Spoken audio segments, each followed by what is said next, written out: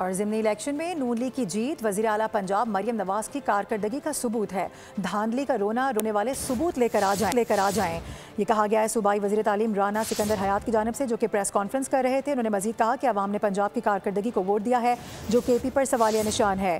खैबर पख्तूनख्वा में तलबा सवालात उठा रहे हैं। सूबे में इसमें इक़्तिदारों के लिए कुछ नज़र नहीं आ रहा। उन्होंने मजीद कहा कि अवाम ने तहरीक इंसाफ की असलियत जान ली है। सबूत धांधली तो आपके कहने पे वो डैम वाले बाबा जी रहमता आप करते थे। लोगों ने वजीर आला पंजाब की कारकर्दगी को वोट दी है और सवालिया निशान है KPK की परफॉर्मेंस पे। लोगों ने कारकर्दगी को वोट दी है, लोगों ने कंपेयर किया गवर्नेंस को। पूछ रहे हैं KPK के स्टूडेंट्स कि हमारी स्कॉलरशिप्स किधर हैं। वहाँ पेशावर यूनिवर्सिटी में एहतजाज हो रहा है तनख्वाहों पे। आप देखें पिछले साल के मुकाबले में 53% स्मॉग कम है। सारे उम्मीदवारों को सपोर्ट किया, उनकी कैंपेन की, उनके पोस्टर्स देखे उन्होंने। PTI के इमरान खान की पिक्चर्स लगाई हुई और कह रहे हैं हमने इलेक्शन का बायकॉट किया हो।